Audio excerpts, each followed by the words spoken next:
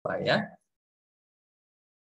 Tuhan, kami bersyukur kepadamu untuk saat ini di dalam anugerah daripada Tuhan yang boleh menolong kami, memberkati kami sampai pada saat ini.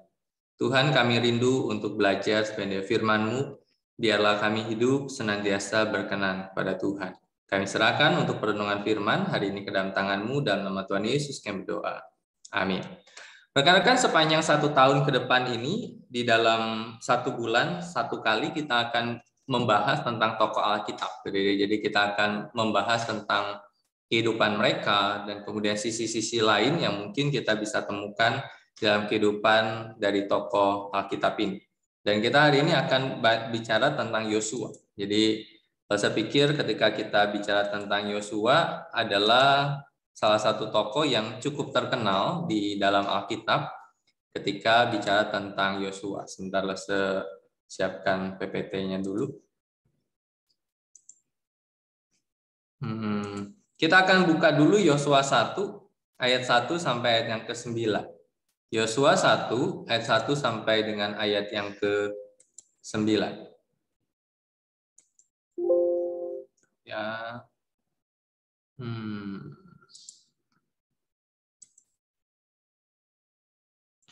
Yosua 1 ayat 1 sampai ayat yang ke-9.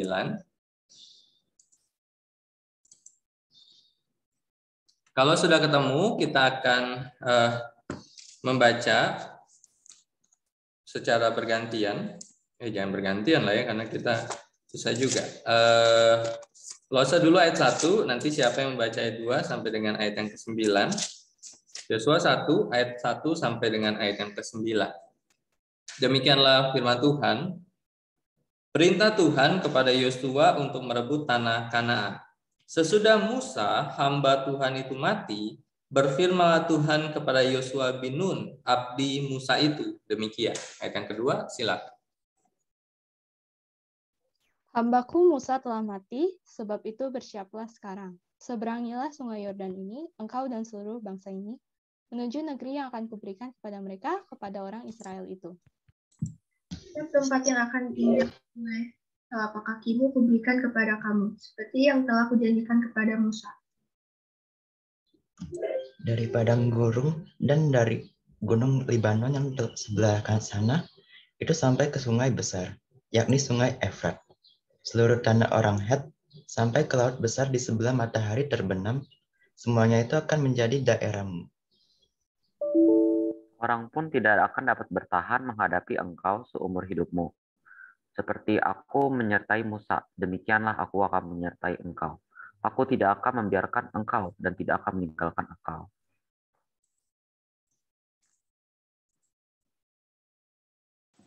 Kuatkanlah. Silakan. Ada urutannya nggak? Enggak ada urutan. Kuatkan dan teguhkanlah hatimu, sebab engkaulah yang akan memimpin bangsa ini memiliki negeri yang kujanjikan dengan bersumpah pada nenek moyang mereka untuk diberikan kepada mereka.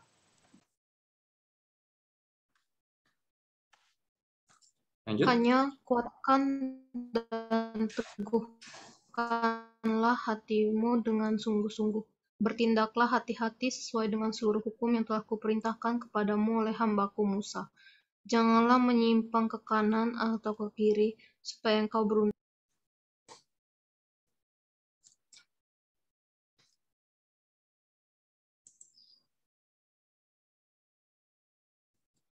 Lanjut. Ayat 9. Bukankah telah kuperintahkan kepadamu, kuatkan dan teguhkanlah hatimu, janganlah kecut dan tawa hati, sebab Tuhan Allahmu menyertai engkau kemanapun engkau pergi. Oke. Nah, teman-teman, nanti kasih tahu Lose kalau PPT Lose nggak gerak gitu ya. Nah, teman-teman, kita akan bicara tentang Yosua taat mengikuti akan kemauan Tuhan. Jadi ketika kita bicara tentang Yosua, maka kita melihat Yosua itu menarik, bahwa Yosua itu adalah seorang yang sebenarnya biasa, tetapi orang yang diberikan amanat oleh Tuhan untuk melakukan sesuatu yang luar biasa. Teman-teman, tahukah kita tentang olahraga ini? Tentang olahraga lari estafet. Jadi lari estafet ini adalah salah satu cabang olahraga yang diadakan Jadi permainannya itu atau olahraganya itu aturannya sederhana. Bahwa seseorang atau satu orang memegang tongkat estafet dan kemudian dia harus lari sekencang mungkin untuk memberikan tongkat itu kepada orang yang di depannya. Dan orang yang di depannya berlari secepat mungkin untuk memberikan tongkat itu kepada orang yang di depannya lagi sampai kepada tongkat estafet itu mencapai garis finish. Ketika kita melihat akan lari estafet ini, maka kita hanya sebatas melihat berkaitan dengan olahraganya. Tetapi tahukah kita bahwa lari estafet itu berasal atau terinspirasi bukan hanya di abad modern ini. Jadi bukan hanya tiba-tiba muncul dan kemudian orang buat pertandingan estafet itu. Tetapi lari estafet itu terinspirasi dari 3 suku. Jadi suku Aztec, kemudian suku Inca, dan suku Maya. Jadi 3 suku ini yang memulai di masa mereka. Jadi ini kan suku-suku pada masa lalu memulai di dalam masa mereka untuk mengadakan yang namanya tongkat estafet itu. Ketiga suku ini pernah menggelar sebuah misi yang menggunakan teknik lari bersambung atau estafet. Jadi bukan hanya sekedar lari, tetapi apa yang mereka pegang, apa yang mereka estafetkan, ada sebuah misi di sana. Ada sebuah pesan yang ingin mereka sampaikan. Tujuan dari misi ini yaitu untuk menyampaikan kabar penting pada anggota suku lain. Jadi ada pesan tuh di situ. Jadi bukan hanya tongkat kosong, tetapi tongkat yang memberikan pesan sehingga ketika satu orang anggota suku itu lari memberikan kepada anggota suku yang lain, maka dia harus mengestafetkan itu sampai kepada orang yang berhak membuka akan pesan itu. Dan kemudian ketika bicara tentang hal ini, orang-orang bangsa Yunani juga pada akhirnya menjadikan ini sebagai sebuah cabang olahraga lari bersambung yang kita kenal sampai saat ini tentang lari estafet. Teman-teman, lari estafet mempercayakan sebuah pesan kepada orang lain. Dan orang lain itu lari untuk menyampaikan pesan yang lain. Ketika kita melihat akan hal ini, maka di dalam kepemimpinan orang-orang Israel, maka Musa itu meneguhkan Yosua menjadi penggantinya memimpin bangsa Israel. Jadi ketika kita melihat akan peran Musa, gitu ya, maka peran Musa itu besar untuk bangsa Israel.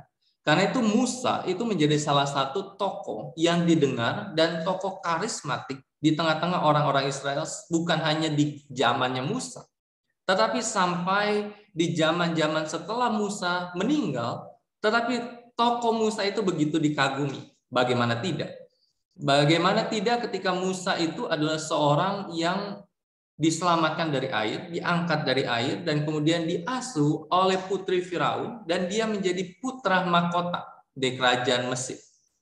Dan kemudian dia belajar tentang ilmu Mesir di dalam kondisi yang nyaman, tetapi kemudian Tuhan panggil dia untuk membawa keluar bangsa Israel. Dan kita tahu Musa adalah orang yang dipakai Tuhan untuk memberikan 10 tulah, misalkan 10 tulah kepada orang Mesir, sampai kepada Firaun itu berkata, oke, kalian boleh pergi saat ini di tengah-tengah kehancuran Mesir karena 10 tulah yang Tuhan kasih.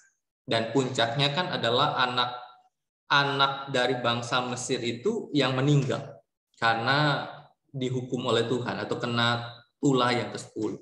Dan Musa ini adalah orang yang membelah laut, dipakai Tuhan untuk membelah laut Teberau, sehingga bangsa Israel berhasil berjalan di tengah-tengah daratan yang kering di antara laut kanan dan kiri air itu, tetapi mereka berjalan di tengah-tengah tanah yang kering itu. Dan Musa juga adalah orang yang memberikan mereka, memohon kepada Tuhan untuk memberikan mereka makan. Jadi kalau peristiwa ingat, Musa itu berseru pada Tuhan ketika Israel meminta makanan dan Tuhan kasih dia mana. Jadi Tuhan kasih mereka mana, Tuhan kasih mereka burung puyuh gitu ya. Tuhan kasih mereka mata air yang bagus untuk mereka bisa minum. Tuhan buat mereka juga berjalan tanpa kasutnya rusak sepanjang 40 tahun dalam perjalanan di padang gurun. Betapa luar biasanya Musa itu. Ya teman-teman, tetapi Musa juga ada masa hidupnya Jadi Musa itu melakukan sebuah pelanggaran ketika Tuhan bilang Musa, ketika bangsa Israel minta bahwa air kepada Musa. Tetapi kemudian Tuhan bilang, Musa kamu suruh gunung batu itu keluarkan air, maka gunung batu itu akan keluarkan air. Tetapi kemudian Musa bukan hanya menyuruh, tetapi dia memukul gunung batu itu, keluar air sih. Tetapi kemudian Tuhan marah sama Musa, dan Tuhan tidak izinkan Musa masuk ke tanah perjanjian. Sehingga Musa harus meninggal tanpa dia bisa masuk. Tetapi karismanya Musa itu masih begitu besar, masih begitu kuat di antara orang Israel. Di masa ini, sebelum Musa meninggal, maka Musa disuruh Tuhan untuk meneguhkan Yosua menjadi penggantinya, memimpin bangsa Israel. Dengan kata lain, masanya Musa itu udah lewat. Kemudian sekarang masa kepemimpinan dari Yosua itu datang. Teman-teman, ketika kita melihat akan Yosua, maka kita melihat dua profil dari Yosua. Yang pertama adalah Yosua itu sebagai hamba Musa. Mau nggak mau. Jadi dia itu sebagai abdinya Musa. Sebagai orang yang ikut Musa. Sebagai orang yang, tanda kutip kalau zaman sekarang itu, sebagai orang yang kerja sama Musa. Jadi hambanya Musa, orang kepercayaan Musa, orang yang selalu ada di sekitar Musa. Tetapi kemudian yang kedua adalah Yosua sebagai satu dari 12 pengintai. Jadi kita tahu ketika mereka disuruh mengintai sebuah kota, dan kemudian 10 orang berkata, aduh Musa, kota ini sih bagus, hasil panennya bagus, tapi orang-orangnya gagah perkasa. Mereka itu seperti raksasa-raksasa, dan kita itu seperti belalang, yang kalau mereka mau, kalau kita berani nekat untuk menerobos kota itu, merebut kota itu, kita gampang mati di situ. Kita gampang dihukum atau ditangkap, dan kemudian kita akan binasa di situ. Karena mereka begitu kuat. Tetapi Yosua dan Kaleb berkata, enggak, Tuhan akan serahkan kota itu sama kita. Kota itu bagus, kota itu menghasilkan hasil ladang yang bagus, dan Tuhan akan kasih untuk kita. Dan Yosua adalah salah satu pengintai yang bersama dengan Kaleb, dua pengintai yang berkata Tuhan akan jaga akan kita. Teman-teman, ketika kita melihat akan hal ini, maka yang menjadi menarik ini, bahwa Musa itu memanggil, aslinya itu Yosua itu bernama Hosea Yehoshua. Jadi Yehoshua itu Yosua gitu ya. Jadi nama dia itu adalah Hosea. Jadi artinya, jadi nama Yosua itu akhirnya diganti, Hosea itu diganti jadi nama Yosua. Yang artinya ini, semoga Tuhan Yahweh itu menyelamatkanmu, menyelamatkan Yosyaha dari intrik dari para pengintai. Jadi intinya adalah semoga Tuhan menyelamatkanmu. Makanya itu nama Yosua itu semoga Tuhan menyelamatkan kehidupan Yosua. Dan ketika kita melihat akan hal ini, maka Yosua itu sebagai hamba dari Musa. Yosua itu mengikuti Musa itu berkeliling. Coba kita lihat di dalam Keluaran 32 ayat yang ke-17. Keluaran 32 ayat yang ke-17. Silakan satu orang baca. Yosua 32 ayat yang ke-17. Yosua 32 ayat yang ke-17. Silakan yang tadi belum baca bisa baca. Keluaran 32 ayat 17.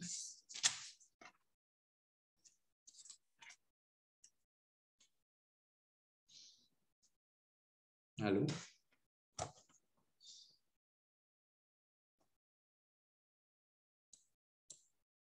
Harus yang belum baca ya? Boleh, yang sudah baca juga boleh.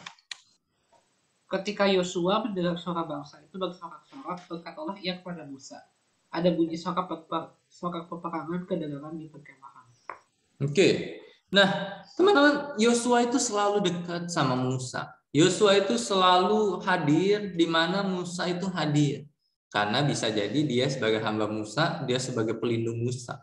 Dia sebagai seorang pasukan yang siap sedia untuk menjaga Musa. Karena apa? Karena Musa itu adalah tokoh utama, jadi gitu.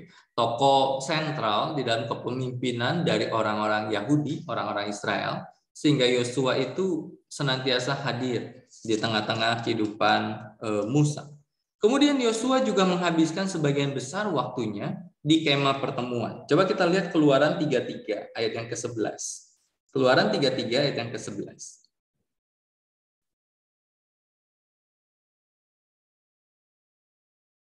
Silakan satu orang baca untuk kita.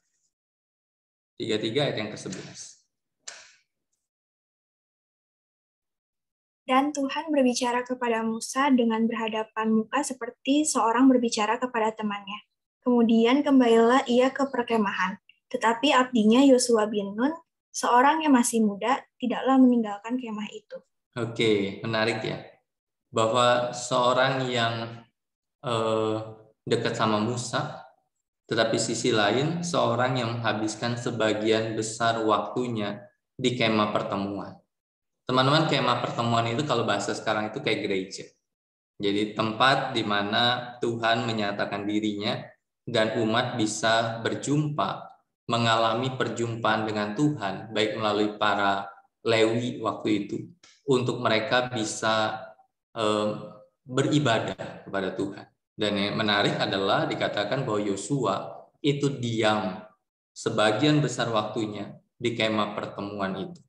Kemudian yang kedua, ketika kita melihat tentang Yosua, maka Yosua itu sebagai satu dari 12 pengintai.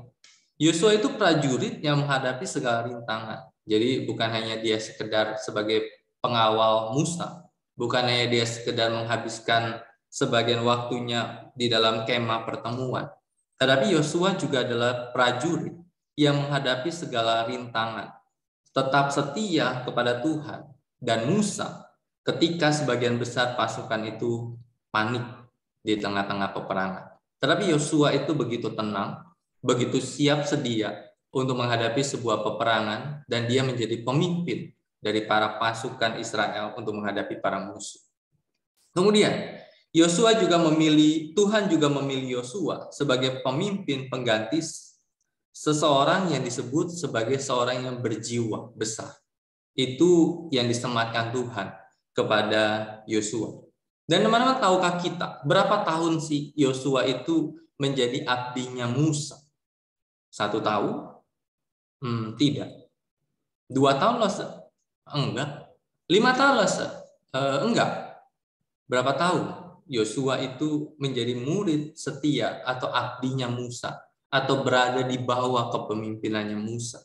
Teman-teman, dikatakan bahwa Yosua itu 40 tahun dia menjadi murid yang setia atau menjadi seorang bawahan atau hamba daripada Musa. 40 tahun. Jadi kalau umur Yosua itu dia meninggal 110 tahun, maka setengah usianya dia pakai untuk mengabdikan diri menjadi seorang hamba, menjadi seorang yang melakukan apa yang harus dia lakukan. Sehingga kita bisa berkata seperti ini, bahwa Yosua itu adalah seorang yang berantusias menjalankan kesetiaan di dalam perkara yang kecil, perkara yang Tuhan percayakan untuk dia lakukan, sekalipun itu hal-hal yang sederhana, menjadi hamba. Menjadi seorang yang tinggal di kemah pertemuan, menjadi seorang kalau bahasa sekarang itu melakukan pekerjaan yang kotor. Jadi bukan pekerjaan kantor, tetapi pekerjaan yang kotor sebagai seorang prajurit, sebagai seorang yang harus mempertaruhkan nyawanya.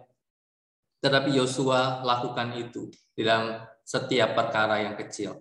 Di dalam Lukas 16 ayat yang ke-10, saya baca untuk kita. Lukas 16 ayat yang ke-10. Dikatakan di sana, sebentar saya baca dulu, 16 ayat yang ke-10, barang siapa setia dalam perkara kecil, ia setia juga dalam perkara besar. Dan barang siapa tidak benar dalam perkara-perkara kecil, ia tidak benar juga dalam perkara-perkara besar.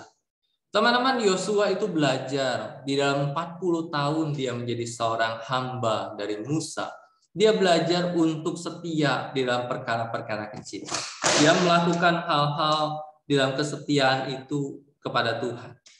Teman-teman, kita seringkali suka dengan perkara-perkara besar, hal-hal besar, hal-hal yang luar biasa, hal-hal yang bisa membuat kita itu bisa dikenal oleh orang, bisa tampil di depan orang banyak.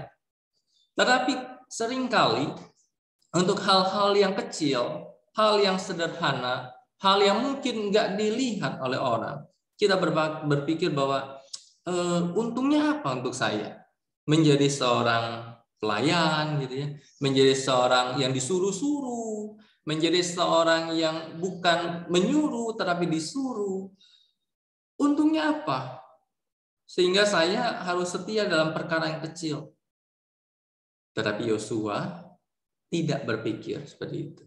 Dia tetap menjalankan kesetiaan itu. Dan luar biasanya apa yang dia lakukan dilihat oleh Tuhan. Apa yang dia lakukan dalam perkara yang kecil, kesetiaannya, ketundukannya kepada Musa, menjalankan semua yang diperintahkan oleh Musa. Tetapi Tuhan lihat itu. Karena itu seperti Lukas 16 ayat yang ke-10, ketika kamu setia dalam perkara yang kecil, Tuhan akan kasih kamu perkara-perkara yang besar. Tuhan akan kasih hal-hal yang lebih luar biasa di dalam hidupmu ketika kamu selesaikan perkara-perkara yang kecil. Teman-teman, Lose senang dengan misalkan kurikulum pendidikan. Kurikulum pendidikan itu mengajar kita untuk di dalam tiap tahun itu ada level. Ada TK, taman kanak-kanak. Kerjanya apa Lose di taman kanak-kanak? Kerjanya main, belajar, melatih motorik kita untuk berlatih mendengar. Kemudian naik SD 1, 2 sampai 6. Kita udah mulai belajar yang sulit seperti itu ya. SMP kelas 1, kelas 7, 8, 9, SMA 10, 11, 12. Dan setiap level itu ada hal-hal yang kita lakukan di dalam kesetiaan di situ. Ada hal-hal yang kita kerjakan di dalam kesetiaan di situ. Belajar ngafalin, belajar ulangan, belajar untuk mengerjakan paper yang sederhana, sampai nanti kita membuat paper yang besar. Hal-hal yang kecil. Kalau kita ingat dalam masa pertumbuhan fisik kita juga kita belajar dan dilatih untuk perkara yang kecil. Kalau kalian ingat ketika kalian di tengah-tengah keluarga, orang tua kalian akan melatih kalian untuk melakukan hal-hal yang kecil. Habis makan, taruh piring di tempat cuci piring. Karena kalian belum bisa cuci piring, karena kalian masih kecil.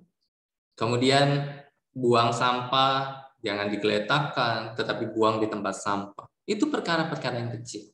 Perkara kecil yang akhirnya kalau kita setia, maka kita akan diberikan hal yang lebih besar.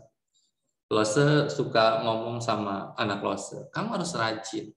Kenapa? Karena kalau nanti kalau kamu udah kerja, orang akan pakai kamu.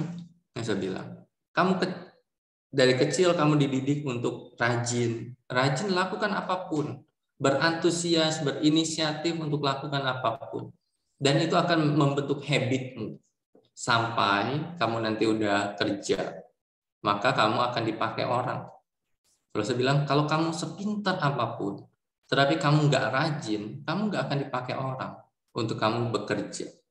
Orang yang rajin itu akan dipakai, dan kerajinan itu dibentuk dari melakukan hal-hal yang kecil sampai kamu jadi habit dan kamu menjadi besar. Yosua lakukan itu. Dia menjalankan kesetiaan di dalam perkara yang kecil. Dan Tuhan percayakan Yosua untuk mempunyai perkara yang besar. Yaitu Yosua menggantikan Musa menjadi pemimpin Israel. Teman-teman, ketika kita melihat akan hal ini sebenarnya, Yosua itu mengalami 2 proses ini di dalam menggantikan Musa. Yang pertama adalah sebelum Musa meninggal, maka Musa itu menumpangkan tangannya atas Yosua. Ketika Tuhan suruh Musa, kamu itu sebentar lagi akan meninggal. Maka kamu percayakan kepemimpinanmu kepada Yosua. Jadi Musa itu menumpangkan tangan atas Yosua sebagai tanda pengangkatan Yosua sebagai pemimpin menggantikan dia. Memang setelah penumpangan tangan itu, Musa itu tetap jadi pemimpin Israel. Tetapi secara wewenang, secara otoritas, maka otoritas itu sudah diberikan, tinggal nanti dieksekusikan di poin yang kedua. Jadi teman-teman coba lihat di dalam Ulangan 3 ayat yang ke-28. Ulangan 3 ayat yang ke-28. Silakan satu orang baca untuk kita. Ulangan 3 ayat yang ke-28.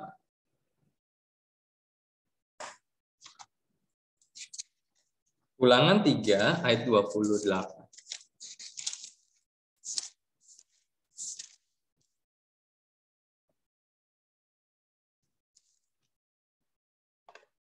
Dan berilah perintah kepada Yosua, kuatkan dan teguhkanlah hatinya, sebab dialah yang akan menyeberang di depan bangsa ini, dan dialah yang akan memimpin mereka sampai mereka memiliki negeri yang akan kau lihat itu.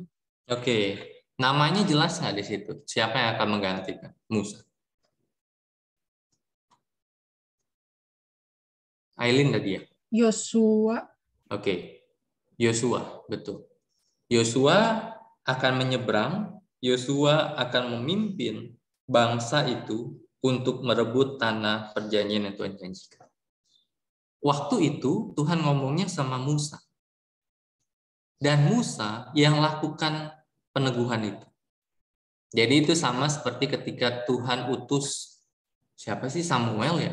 Ketika dia cari penggantinya Saul, dan kemudian Daud itu kan diteguhkan jadi raja di tengah-tengah rumah papanya, tetapi dia belum jadi raja, tapi dia udah dalam status raja pengganti selanjutnya. Nah, Yosua itu sama seperti itu, bahwa Tuhan meneguhkan Yosua untuk menjadi pengganti Musa. Yang kedua, Tuhan meneguhkan kembali kepemimpinan Yosua untuk menggantikan Musa. Dan itu yang kita baca pada hari ini di dalam Yosua 1. Teman-teman, Yosua itu udah tahu sebenarnya bahwa dia yang akan gantikan Musa. Tetapi Yosua 1 ini Tuhan teguhkan lagi bahwa sekarang waktunya kamu menggantikan Musa 100%. Kenapa?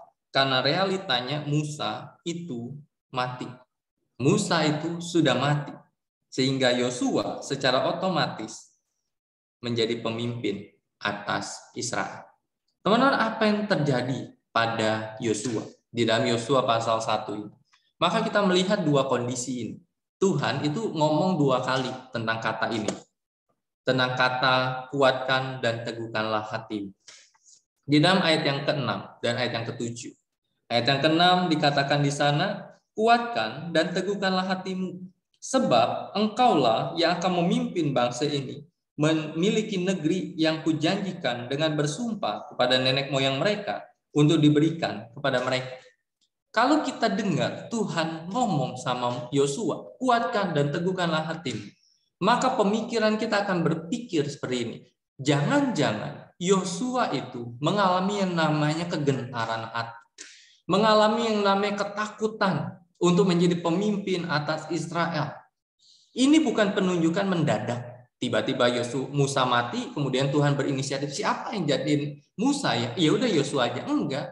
Tetapi kalau kita lihat di poin yang ini, maka Yosua udah tahu dia akan jadi pemimpin Israel. Dan ketika Musa mati, dia otomatis jadi pemimpin Israel. Tetapi Yosua itu gentar. Dia harus menjadi pemimpin atas sebuah bangsa yang pemberontak. Jadi ingat tadi Yosua itu selalu dekat dengan Musa. Jadi ketika bangsa Israel bersungut-sungut kepada Musa, nggak ada makanan, nggak ada minuman, berjalan di padang gurun seperti itu ya, dan mereka berkata lebih baik di Mesir kami mati dalam keadaan kenyang. Yosua tahu pergumulan mereka, Yosua tahu ketegar-tengkukan mereka. Yosua tahu tentang bersungut-sungutnya mereka. Secara manusia, sekalipun Yosua sudah 40 tahun menjadi hamba dari Musa, tetapi dia juga gentar. Dia gentar sekalipun dia sudah dilatih dengan perkara-perkara kecil di dalam 40 tahun menjadi seorang hamba Musa, tetapi dia juga gentar hatinya. Sehingga Tuhan tahu dia gentar. Sehingga Tuhan berkata dua kali di ayat 6 dan ayat yang ke-7, Yosua, kuatkan dan teguhkanlah hatimu. Aku tahu kamu gentar. Aku tahu kamu bimbang. Aku tahu kamu penuh dengan ketakutan ketika harus memimpin bangsa ini. Tetapi kamu harus kuat, kamu harus teguh hatimu di dalam memimpin bangsa ini. Kenapa? Karena ayat yang ke-6 Tuhan berkata, aku akan memberikan negeri ini kepadamu yang kujanjikan kepada nenek moyang Israel. Yosua yang akan memimpin perebutan tanah perjanjian itu. Kemudian yang ke-7, dikatakan di sana, bertindaklah hati-hati sesuai dengan seluruh hukum yang telah kuperintahkan kepadamu oleh hambaku Musa. Janganlah menyimpang ke kanan atau ke kiri, supaya engkau beruntung kemanapun engkau pergi. Yosua bukan hanya sekedar menjadi pemimpin untuk merebut tanah secara fisik. Setelah ayat yang ke-7 dikatakan Tuhan menyuruh Yosua untuk terus menjaga hidup di dalam ketundukan kepada Taurat Tuhan. Kanan dan kiri itu bukan ngambil jalur kanan atau jalur kiri, enggak. Tetapi jangan menyimpang. Bangsa Israel itu cenderung menyimpang sebenarnya. Jadi mereka itu kalau ada bangsa lain menyembah berhala, mereka seringkali jatuh. Contoh misalnya ketika Musa naik ke Gunung Sinai dan kemudian di bawah itu orang Israel mikir-mikir, ini Musa ini udah mati kayaknya di atas gunung. Sehingga mereka suruh akan Harun itu suruh buatlah untuk kami Tuhan yang memimpin kita keluar dari Mesir. Dan kemudian dibuat anak lembu emas itu. Dan mereka menyimpang di situ. Kenapa konsep anak lembu emas? Karena anak lembu emas itu adalah gambaran daripada dewa yang di sekeliling dari bangsa-bangsa lain itu, dan salah satu dewa itu berbentuk anak lembu emas. Jadi bangsa Israel itu begitu tegar tengkuk untuk mereka bisa menyimpang daripada penyembahan pada Tuhan. Sehingga Yosua, Tuhan suruh, kamu harus jaga hidupmu, hidup bangsa Israel, untuk senantiasa hidup di dalam Taurat Tuhan, di dalam firman Tuhan itu sendiri. Dan teman-teman, tahukah kita bahwa Yosua itu memang gentar untuk kepercayaan yang Tuhan percayakan. Tetapi Yosua yang awalnya takut dan ragu menjadi seorang yang antusias menjalankan apa yang Tuhan percayakan untuk dia lakukan. Dan tahukah kita, ketika Yosua menjadi pemimpin menggantikan Musa, maka di bawah kepemimpinan Yosua, bangsa Israel itu berhasil menyeberangi sungai Yordan. Selama 7 tahun, Yosua memimpin orang-orang Israel di dalam pertempuran. Mereka ini bukan pasukan. Mereka ini bukan pasukan yang terlatih, tetapi mereka ini orang awam, budak yang baru dikeluarkan dari Mesir. Angkatan yang baru, karena angkatan yang keluar dari Mesir itu angkatan yang sudah mati di padang gurun. Tetapi mereka 7 tahun, Yosua memimpin orang-orang ini di dalam pertempuran. Mengalahkan 31 raja, berarti mengalahkan 31 kerajaan. Dan menaklukkan kota-kota dan wilayah dari kerajaan-kerajaan itu. Yang meliputi sebagian besar tanah di sebelah barat sungai Yordan. Musa itu sudah menaklukkan tanah di tepi timurnya sebelum kematiannya. Tetapi Yosua menaklukkan di sebelah barat. Selama 7 tahun setelah itu, Yosua mengawasi proses pembagian tanah di antara 12 suku Israel, sehingga dia bagi tanah itu untuk suku ini, suku ini, suku ini di antara 12 suku Israel. Dan mengalokasikan sebagian untuk setiap keluarga. Dan Yosua itu meninggal di usia 110 tahun. Jadi ketika kita melihat di tengah-tengah Yosua yang gentar menjadi pemimpin Israel, tetapi ketika Tuhan pastikan dia akan membuat berhasil apa yang dilakukan Yosua. Dan kemudian Yosua lakukan secara maksimal dan dia hidup berkenan pada Tuhan. Maka dia menjalankan apa yang diperintahkan oleh Tuhan. Dan Tuhan membuat kehidupannya berhasil.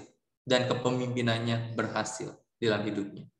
Karena itu teman-teman, kita bisa merefleksikan akan hal ini ketika kita bicara tentang Yosua. Bahwa sepanjang hidup, kita dihadapkan dengan banyak tantangan. Tapi Tuhan selalu tersedia atau bersedia, atau Tuhan selalu menyediakan untuk membantu kita mengatasi setiap tantangan itu. Karena itu kita harus fokus kepada Tuhan. dan bukan pada keadaan hidup kita.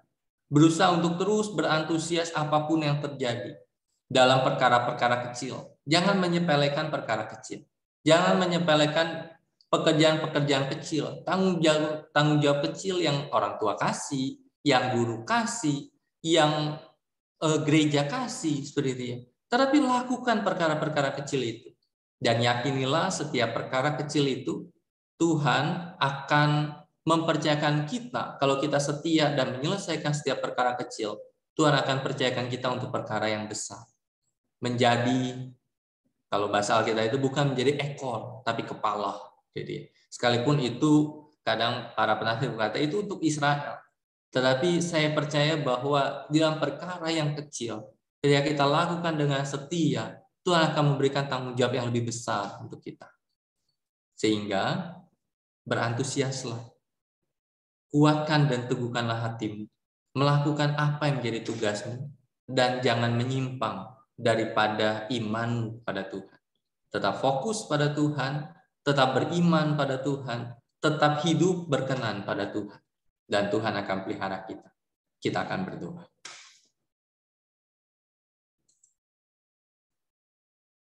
Kita akan berdoa